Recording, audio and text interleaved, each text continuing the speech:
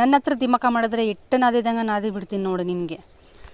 ನಮಸ್ಕಾರ ಸ್ನೇಹಿತರೆ, welcome to Shilpa ಹೇ ಕನ್ನಡ ಲಾಗ್ಸ್ಗೆ. ಎಲ್ಲರೂ ಹೇಗಿದ್ದೀರಾ? ನಾನು ಕೂಡ ಚೆನ್ನಾಗಿದ್ದೀನಿ. ಇವತ್ತು ನವರಾತ್ರಿಯ ಮೊದಲನೇ ದಿನದ ಒಂದು ಪೂಜೆ ಎಲ್ಲ ಮಾಡಿಕೊಂಡು ಆದಮೇಲೆ ಇವಾಗ ಹಿಟ್ಟನ್ನು ನಾದ್ತಾ ಇರೋದು, ರೊಟ್ಟಿ ಮಾಡಬೇಕು. ಅದು ನೋಡ್ತಾ ಇರ್ಬೋದು. ಇವಾಗ ಪೂಜೆ ಎಲ್ಲ ಮುಗಿಸ್ಕೊಂಡು ನಾನು ಪೂಜೆ ಮಾಡುವಾಗ ಏನನ್ನೂ ಒಂದು ವೀಡಿಯೋನ ತೊಗೊಂಡಿಲ್ಲ. ಯಾಕಂತಂದರೆ ನೆಮ್ಮದಿಯಿಂದ ನಾನು ಪೂಜೆ ಮಾಡಬೇಕಿತ್ತು. ಅದಕ್ಕೋಸ್ಕರ ವೀಡಿಯೋ ಅದು ಇದು ಸುಮ್ಮನೆ ಏನಂತ ನಾನು ಒಂಚೂರೂ ವೀಡಿಯೋ ತೊಗೊಂಡಿಲ್ಲ. ಬೆಳಗ್ಗೆ ಅಂದರೆ ನಾವು ಪೂಜೆಗೆ ಹೋಗಿರೋದು ಅಂದರೆ ನಮ್ಮದೊಂದು ಕನಸಿತ್ತು. ಇವತ್ತು ಫಸ್ಟ್ ಡೇ ನಮ್ಮದು ಪೂಜೆ ಆಗಬೇಕು ಅನ್ನೋದೊಂದು ಆಸೆ ಇತ್ತು. ಬಟ್ ಅದು ಆಸೆ ಆಗಿರಲಿಲ್ಲ. ನಾವು ಎದ್ದಿದ್ದು ಮಿಡ್ನೈಟಲ್ಲಿ 2 ಗಂಟೆಗೆ ಎದ್ದಿದ್ದು. 2 ಗಂಟೆಗೆ ಎದ್ದು ಮನೆ ಕೆಲಸ ಎಲ್ಲನೂ ಮಾಡಿಕೊಂಡು ಸ್ನಾನ ಮತ್ತು ಮನೇಲಿ ಪೂಜೆ ಮತ್ತು ಬನ್ನಿ ಮರಕ್ಕೆ ಹೋಗೋ ಅಷ್ಟರಲ್ಲಿ 3:30 ಆಗಿತ್ತು ಸ್ನೇಹಿತರೆ. 3:30 ಆದಾಗ ಏನಪ್ಪ ಅಂತಂದರೆ ಆಲ್ರೆಡಿ ಒಬ್ಬರು ಬಂದು ಹೋಗಿದ್ದರು. ಫಸ್ಟ್ನೇ ಪೂಜೆ ಈಡೇರಲಿಲ್ಲ ಅಂತಲೇ ಹೇಳ್ಬೋದು. ಈ 3:30ಇಂದ ಪೂಜೆ ಮಾಡಿಕೊಂಡು ಮನೆಗೆ ಬರೋ ಅಷ್ಟರಲ್ಲಿ 3:30 ಆಗಿತ್ತಲ್ವ.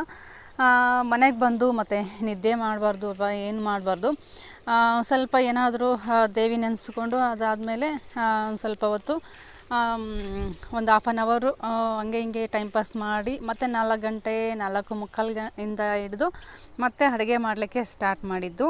ಇವಾಗ ನೋಡ್ತಾ ಇರ್ಬೋದು, ರೊಟ್ಟಿ ಮಾಡಬೇಕಿತ್ತು. ರೊಟ್ಟಿಗೆ ನಾನು ಹಿಟ್ಟನ್ನು ನಾದ್ತಾ ಇರೋದು.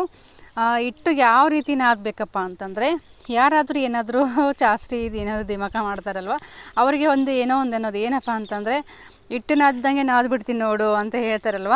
ಆ ರೀತಿ ಒಂದು ಹಿಟ್ಟನ್ನು ನಾದಿದರೆ ರೊಟ್ಟಿ ಯಾವ ರೀತಿ ಬರುತ್ತೆ ಅಂದರೆ ಸಖತ್ತಾಗಿ ರೊಟ್ಟಿ ಬರುತ್ತೆ ಅಂತಲೇ ಹೇಳ್ಬೋದು. ನೋಡ್ತಾ ಇರ್ಬೋದು, ನಾನೇನಪ್ಪ ಅಂತಂದರೆ ಡೈರೆಕ್ಟಾಗಿ ಬಿಸಿನೀರು ಹಾಕ್ಕೊಂಡ್ರೆ ಲಟ್ಟಣಿಕೆ ತಗೊಂಡು ಉದ್ದೋದಕ್ಕೆ ಬರೋದಿಲ್ಲ. ಏನಂತಂದರೆ ಸೀಳೋದು ಆ ರೀತಿ ಫಾಸ್ಟಾಗಿ ಉದ್ದಕ್ಕೂ ಆಗೋಲ್ಲ ಬಿಸಿನೀರು ಹಾಕ್ಕೊಂಡ್ರೆ. ನಾನಿಲ್ಲಿ ಬಿಸಿನೀರು ಕಾಯಿಸಿ ಅದಕ್ಕೆ ಹಿಟ್ಟು ಹಾಕ್ಕೊಂಡು ಜಿಗಿ ಮಾಡಿಕೊಂಡು ಈ ರೀತಿ ಚೆರಿ ನಾದ್ಕೊಂಡು ರೊಟ್ಟಿ ಮಾಡಿದ್ರೆ ತುಂಬ ಸಖತ್ತಾಗಿರುತ್ತೆ. ನೀವು ಅನ್ಕೋಬೋದು, ನಮ್ಮ ಹಳ್ಳಿ ಜನ ವೀಡಿಯೋ ನೋಡ್ತಿರ್ತಾರೆ, ರೊಟ್ಟಿ ಮಾಡೋದು ಏನು ಸ್ಪೆಷಲಪ್ಪ ಇವರು ಇದನ್ನು ತೋರಿಸ್ತಾರೆ. ಬಟ್ ಹೌದು, ಕೆಲವೊಬ್ಬರಿಗೆ ಗೊತ್ತಿರಲ್ಲ, ನನ್ನ ಫ್ರೆಂಡ್ಸ್ಗಳಿಗೆ ಗೊತ್ತಿರಲ್ಲ ರೊಟ್ಟಿ ಯಾವ ರೀತಿ ಮಾಡೋದು ಏನು ಅಂತ. ಅವ್ರಿಗೋಸ್ಕರ ನಾನು ಶೇರ್ ಮಾಡ್ತಾ ಇರೋದು ರೊಟ್ಟಿ ಯಾವ ರೀತಿ ಮಾಡಿದರೆ ಯಾವ ರೀತಿ ರೊಟ್ಟಿ ಮತ್ತು ಇನ್ನೊಂದು ಏನಪ್ಪ ಅಂತಂದರೆ, ಬಿಸಿನೀರು ಹಾಕೋದ್ರಿಂದ ಸ್ವಲ್ಪ ಬಣ್ಣ ಬರೋದು ಕಡಿಮೆ, ಸ್ವಲ್ಪ ಕಪ್ಪಾಗೋ ಚಾನ್ಸಸ್ ಇರುತ್ತೆ. ಜಿಗಿ ಮಾಡಿಕೊಂಡು ಕ್ಲೀನಾಗಿ ಹಿಟ್ಟು ನಾದ್ಕೊಂಡು ರೊಟ್ಟಿ ಮಾಡೋದ್ರಿಂದ ಅಂದರೆ ರೊಟ್ಟಿ ಮಾತ್ರ ಸಖತ್ತಾಗಿ ಕಲರ್ ವೈಟಾಗಿ ಬರುತ್ತೆ ಮತ್ತು ಉದ್ದೋದಕ್ಕೂ ಸಖತ್ತಾಗಿ ಬರುತ್ತೆ ಅಂತಲೇ ಹೇಳ್ಬೋದು ಸ್ನೇಹಿತರೆ. ಇಲ್ಲಿ ಏನಪ್ಪ ಅಂದರೆ ನಮ್ಮ ಸಿಸ್ಟರು ರೊಟ್ಟಿನ ಮಾಡ್ತಾಯಿದ್ದಾರೆ. ಅಂದರೆ ನಾನಿಲ್ಲಿ ಬೇಯಿಸ್ತಾ ಇರೋದು. ಇಬ್ಬರು ಬೇಕು ನಮಗೆ, ಸ್ವಲ್ಪ ತುಂಬ ಜನ ಇರೋದರಿಂದ ಇಬ್ಬರು ಬೇಕಾಗುತ್ತೆ ನಮಗೆ ರೊಟ್ಟಿ. ನೋಡ್ತಾ ಇರ್ಬೋದು ಯಾವ ರೀತಿ ಉಬ್ಕೊಂಡು ಬರುತ್ತೆ. ಒಂದು ಸ್ವಲ್ಪ ಬಟ್ಟೆ ತೊಗೊಂಡು ಈ ಥರ ಪ್ರೆಸ್ ಮಾಡಿದರೆ ನೋಡ್ತಾ ಇರ್ಬೋದು ಯಾವ ರೀತಿ ಉಬ್ಕೊಂಡು ಬರುತ್ತೆ ಅಂತ. ಪೂರ್ತಿ ತೆಳ್ಳಗೆ ಮಾಡಿದ್ರೆ ಈ ರೀತಿ ಉಬ್ಕೊಂಡು ಬರೋಲ್ಲ. ಸ್ವಲ್ಪ ದಪ್ಪ ರೀತಿಲಿ ಮಾಡಿದರೆ, ಅಂದರೆ ತುಂಬ ದಪ್ಪ ಅಲ್ಲ, ತುಂಬ ದಪ್ಪ ಮಾಡಿದರೆ ಅಷ್ಟೊಂದು ಟೇಸ್ಟ್ ಬರೋಲ್ಲ. ಸ್ವಲ್ಪ ಈ ರೀತಿ ಮಾಮೂಲಿ ದಪ್ಪ ಮಾಡಿದರೆ ಚೆನ್ನಾಗಿ ಉಬ್ಕೊಂಡು ಬರುತ್ತೆ ಅಂತಲೇ ಹೇಳ್ಬೋದು. ಅದಕ್ಕೆ ಹೇಳೋದು, ಈ ರೀತಿ ಹಿಟ್ಟು ನಾದಿದ್ರೆ ಎಷ್ಟು ರೊಟ್ಟಿ ಚೆನ್ನಾಗಿ ಹದವಾಗಿ ಬರುತ್ತೆ ಅಂತಲೇ ಹೇಳ್ಬೋದು. ಹಿಟ್ಟು ನಾದೋದ್ರಲ್ಲಿ ಕೂಡ ಒಂದು ಮೆಥಡ್ ಇದೆ ಅಂತಲೇ ಹೇಳ್ಬೋದು ಸ್ನೇಹಿತರೆ. ಅದಕ್ಕೋಸ್ಕರ ಹೇಳ್ತಾರೆ, ಏನಾದರೂ ಯಾರಾದರೂ ಮಕ್ಕಳು ಆಗಿರ್ಬೋದು, ಯಾರೋ ಏನೋ ಒಂದು ಮಾಡಿದಾಗ ಜಾಸ್ತಿ ಮಾಡಿದಾಗ ಹಿಟ್ಟು ನಾದಿದಂಗೆ ನಾದ್ತೀನಿ ನೋಡಿ ನಿಮಗೆ ಅಂತ ಇದು ಹೇಳ್ತಾರೆ. ಹಿರಿಯವರೆಲ್ಲ ಅವಾಗೆಲ್ಲ ಹೇಳ್ತಾಯಿದ್ರು. ಆ ರೀತಿ ಒಂದು ಹಿಟ್ಟನ್ನು ನಾದಿದ್ರೆ ಚೆನ್ನಾಗಿ ಬರುತ್ತೆ. ಇವತ್ತು ಅಮ್ಮನ ಮನೆಗೆ ಹೋಗಬೇಕು ಅಂದರೆ, ಇವತ್ತು ಮಕ್ಕಳು ಸ್ಕೂಲೆಲ್ಲ ರಜೆ ಬಿಡ್ತು ಅಲ್ವಾ. ಒಂದು 20 ಡೇಸ್ ಅಷ್ಟೇ ರಜೆ ಬಿಟ್ಟಿರೋದು, ದಸರಾ ರಜೆ. ಅಮ್ಮನ ಮನೆಗೆ ಹೋಗಬೇಕಿತ್ತು. ನೋಡ್ತಾ ಇರ್ಬೋದು, ಅರ್ಧ ರೊಟ್ಟಿ ಆಗ್ತಾ ಬಂತು. ಟೈಮ್ ನೋಡಿ 5:43 ಆಗಿದೆ. ನಾವು ರೊಟ್ಟಿ ಮಾಡಲಿಕ್ಕೆ ಇಲ್ಲಿ ದೊಡ್ಡಲಿಕಾಯಿ ಉಪ್ಪಿನಕಾಯಿ ಹಾಕ್ಬೇಕಂತ ಅಕ್ಕ ದೊಡ್ಡಲಿಕಾಯಿನ ಕುಚ್ಚಲಿಕ್ಕೆ ಇಟ್ಟಿದ್ದಾರೆ. ಅಂದರೆ ಇದು ಮೊದಲು ಕುಚ್ಚಿ ಆಮೇಲೆ ಪಚ್ಚಡಿನ ಅಂದರೆ ಉಪ್ಪಿನಕಾಯಿ ಹಾಕ್ತಾರೆ. ಅದೆಲ್ಲ ಏನೋ ಅಮ್ಮನ ಮನೆಗೆ ಹೊರಟೆ ಊರಿಗೆ.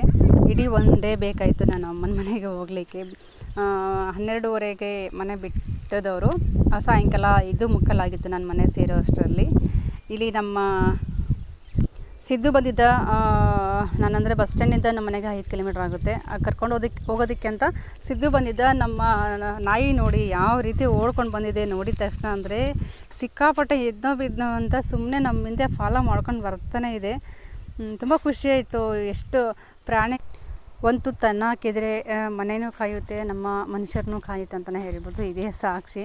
ಖಂಡಿತವಾಗ್ಲೂ ಅದಕ್ಕೆ ಎಷ್ಟು ಖುಷಿಯಾಗಿದೆ ಅಂದರೆ ಅಷ್ಟು ಸಿಕ್ಕಾಪಟ್ಟೆ ಖುಷಿಯಾಗಿದೆ. ಬಾಲ ಅಲ್ಲಾಡಿಸ್ಕೊಂಡು ಎಷ್ಟು ಓಡ್ಕೊಂಡು ಬಂದಿದೆ ನೋಡ್ತಾ ಇರ್ಬೋದು ನಮ್ಮನ್ನು ನೋಡಿ. ನೆಕ್ಸ್ಟ್ ವಿಡಿಯೋದಲ್ಲಿ ಮತ್ತೆ ಅಮ್ಮನ ಮನೆ ಲಾಗ್ ಬರ್ತಾ ಇದೆ ನೋಡಿ. ಎಲ್ಲರೂ ಸಪೋರ್ಟ್ ಮಾಡಿ. ಥ್ಯಾಂಕ್ ಯು ಫಾರ್ ವಾಚಿಂಗ್ ಸ್ನೇಹಿತರೆ.